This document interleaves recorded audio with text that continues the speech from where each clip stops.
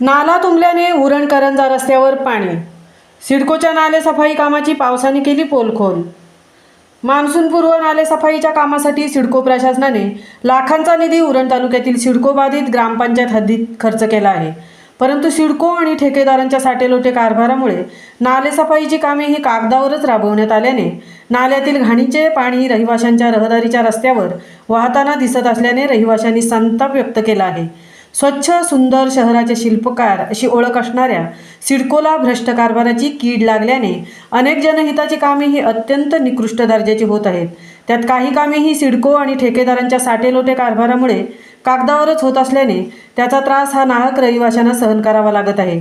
त्यात 2024 या वर्षाच्या मान्सूनपूर्व नाले सफाईच्या कामासाठी सिडको प्रशासनाने लाखांचा निधी उरण तालुक्यातील सिडको बाधित ग्रामपंचायत हद्दीत खर्च करून राज्याचे मुख्यमंत्री एकनाथ शिंदे यांच्या दालनात नाले सफाईची कामे पूर्ण झाल्याचा डंका वाजवला होता. परंतु पावसाने यावर्षी सिडकोच्या नाले सफाईच्या कामाची पोलखोल केल्याचे चित्र तालुक्यातील सर्रास सिडको बाधित ग्रामपंचायत हद्दीत पाहावयास मिळत आहे.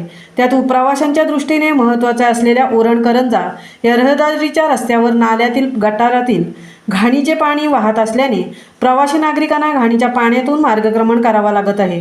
तरी सिडकोने नाले सफाईची कामे मार्गी लावण्यासाठी पुढाकार घ्यावा अशी मागणी रहिवासी करत आहेत.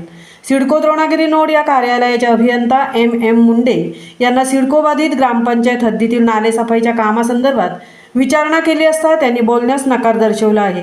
त्यामुळे सिडकोच्या भ्रष्ट कारभाराची चौकशी राज्याचे मुख्यमंत्री एकनाथ शिंदे हे करणार की सिडकोच्या भ्रष्ट अधिकाऱ्यांची पाठराखण करणार असा सवाल जनमानसात व्यक्त केला जात आहे. महामुंबईसह अनंत नारंगीकर, उरण.